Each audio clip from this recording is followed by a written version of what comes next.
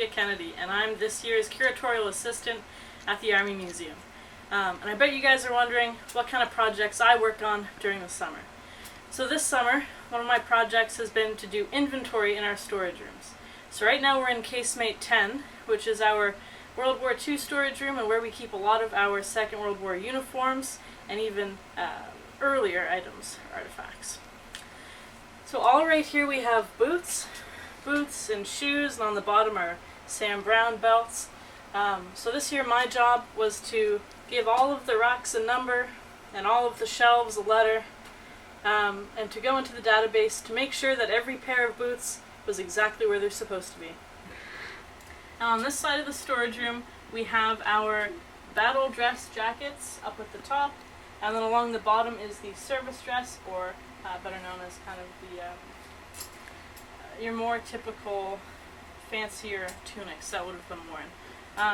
Yeah, so my job a couple summers ago, I've been here for I think 3 years now as a summer student, so my job was to wrap these all in a pillowcase so that they're protected from dust and debris that could fall on them. My job was to photograph them and to update the records to make sure that they were all correct. And in the back, this is one of my favorite pieces of this Casemate 10, which is the hat collection. And this is actually where I first started.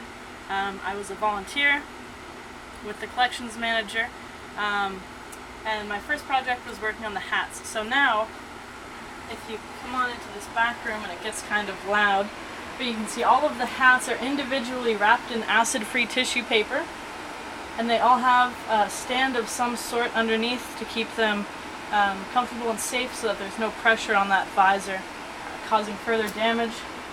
But all of the hats have been photographed and the records have been updated, which was also part of my summer job, which I really enjoyed.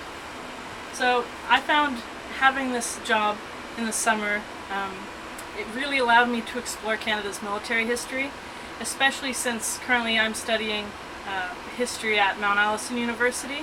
So I found having this type of background has really enhanced my knowledge on the military history, and it makes me a lot more knowledgeable and productive with what exactly I want when I'm trying to write a paper.